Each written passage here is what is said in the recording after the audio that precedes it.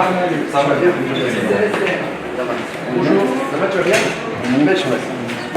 C'est très gentil d'être venu. Donc on va vous donner un peu de temps, et après il faudra évacuer la pièce.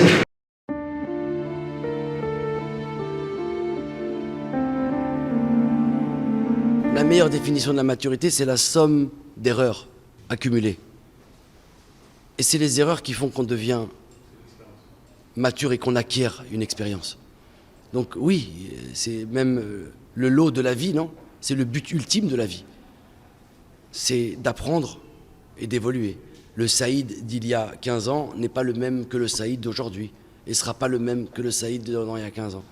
Ça s'appelle Hayat, c'est la vie, c'est comme ça. Et il n'y a pas d'autre façon d'évoluer, peu importe le métier que tu choisis. Parce qu'il y a ton métier et puis il y a ta personne. C'est deux choses différentes.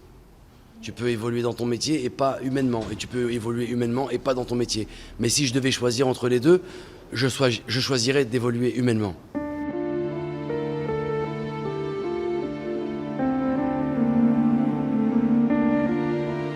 Chez Notre Vérité, de toute façon, on ne parle que pour nous-mêmes, non?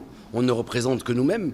Donc oui, le chemin de l'honnêteté, j'ai envie de dire, parce que la vérité, ça veut dire tellement de choses. Qui détient la vérité? Puisque la vérité est biaisée en fonction de chacun de l'autre, non?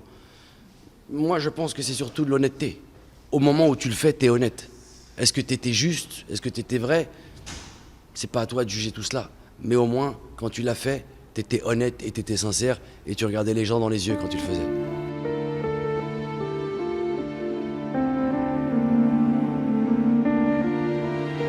Je viens de terminer, il y a à peu près 3 semaines, un film qui s'appelle Teen Soldier. C'est réalisé par Brad Furman, avec Robert De Niro, Jimmy Foxx, Scott Eastwood, Erykah Badu, Rita Ora et moi-même. Et c'est un film qui parle de le PTSD. PTSD, ça s'appelle Post-Traumatic Syndrome. C'est les syndromes traumatiques de ce qui se passe après avoir fait une guerre. Tu envoies des jeunes hommes à la guerre et ils vont être confrontés à l'horreur de la guerre. Parce que la guerre est une horreur en soi, peu importe quelle forme elle prend, ça reste une saloperie. Donc les jeunes vont être confrontés à des choses terribles qui vont les traumatiser. La mort, les bombes, le sang, les enfants, les femmes, l'horreur. Et il y en a qui sont plus forts que d'autres. Et d'autres qui restent complètement bloqués, traumatisés. Le thème du film, c'est autour de ces gens qu'on a lobotomisés pour aller faire la guerre pour une bonne cause et qui reviennent complètement hagards parce qu'ils ont tué des innocents ou alors ils ont vu des choses tellement effroyables qu'ils ne s'en remettent pas.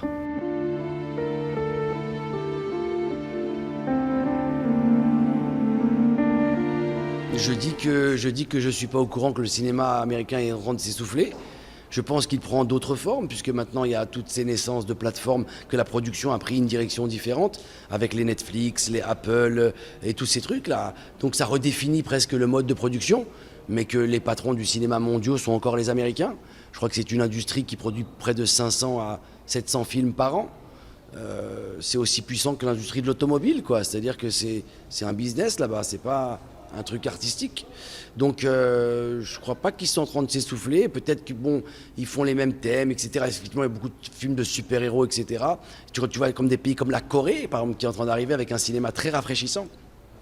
Mais l'Amérique, Hollywood reste quand même un endroit où on produit des films et où on a une tradition cinématographique tellement puissante, tellement forte, et c'est aussi une industrie même si ça s'essouffle un peu, ils vont se relever et repartir, je crois.